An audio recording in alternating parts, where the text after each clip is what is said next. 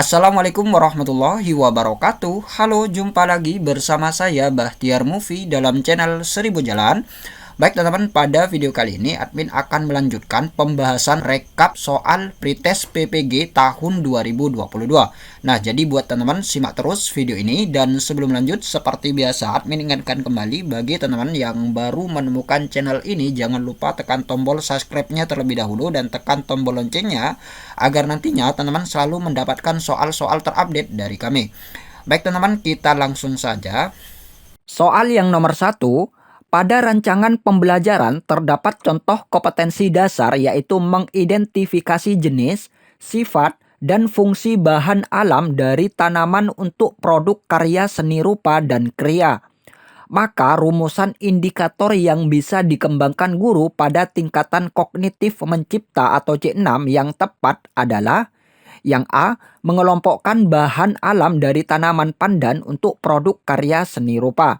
Yang B, menyebutkan fungsi tanaman pandan untuk produk karya seni rupa. Yang C, menerangkan sifat tanaman pandan untuk produk karya seni rupa. Yang D, membedakan sifat tanaman pandan dengan tanaman suji untuk produk karya seni rupa. Yang E, membuat produk karya seni rupa dari tanaman pandan. Nah, untuk soal nomor 1 ini yang ditanyakan adalah rumusan indikator, teman-teman. Dan untuk menjawab soal seperti ini, teman-teman harus memahami tingkatan kognitif dengan kata kerja operasionalnya. Nah, ini dia teman-teman, tingkatan kognitif dan contoh kata kerja operasionalnya. Nah, yang ditanyakan ini adalah tingkatan kognitif mencipta atau C6. Nah, kita lihat teman-teman, tingkatan kognitif yang C6 mencipta. Kita lihat contoh kata kerja operasionalnya, yaitu membangun. Nah, kita cari opsinya teman-teman di sini, membangun. Nah, tidak ada ya teman-teman, membangun. Kemudian selanjutnya membentuk. Nah, membentuk juga tidak ada ya teman-teman, mengelompokkan, menyebutkan, menerangkan, membedakan, membuat. Kemudian yang selanjutnya yaitu membuat. Nah, ini dia teman-teman yang E.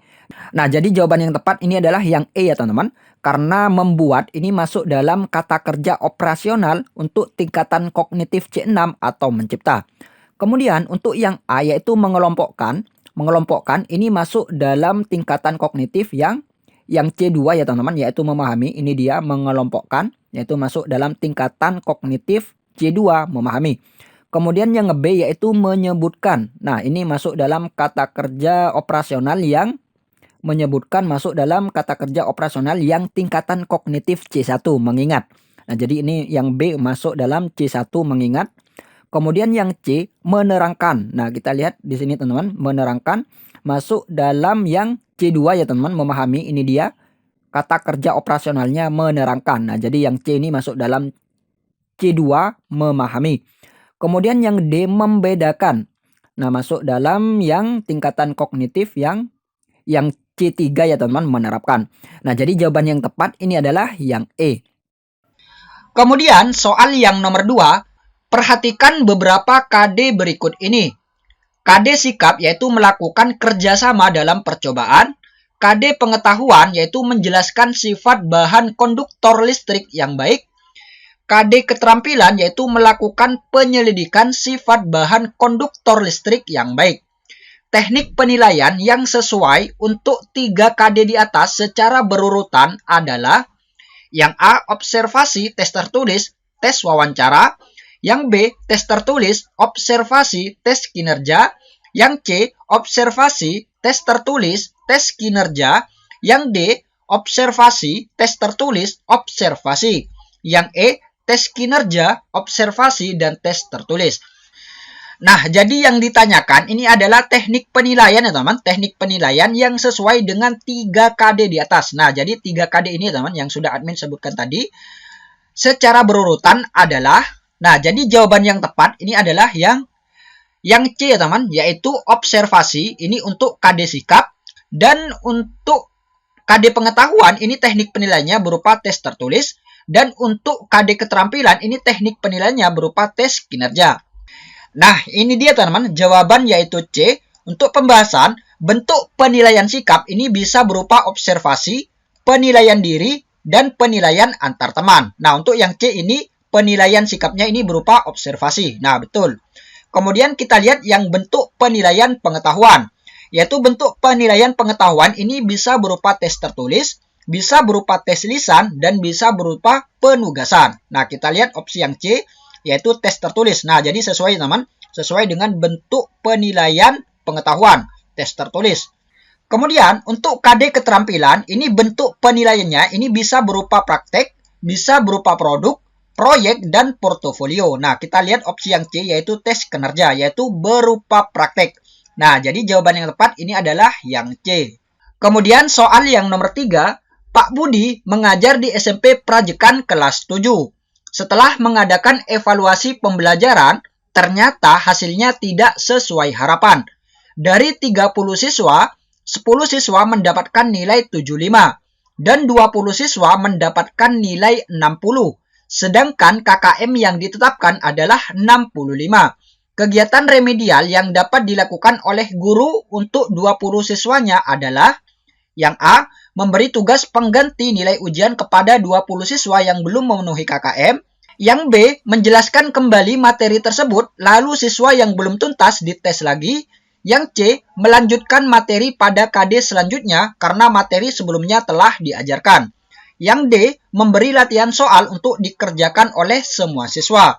Yang E, mengulangi tes kembali oleh semua siswa.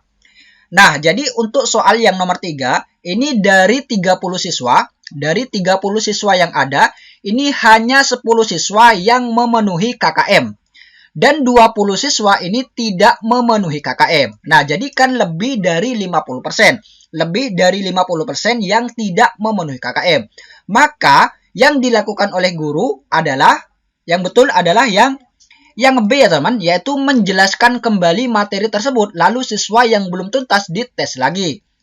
Nah, ini dia pembahasannya, jawaban B, yaitu bentuk perlakuan pembelajaran remedial dilakukan berdasarkan keterserapan KD.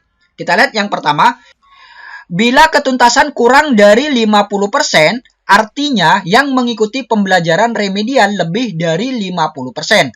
Maka remedial dilakukan dengan memberikan pembelajaran ulang dengan metode dan media yang berbeda.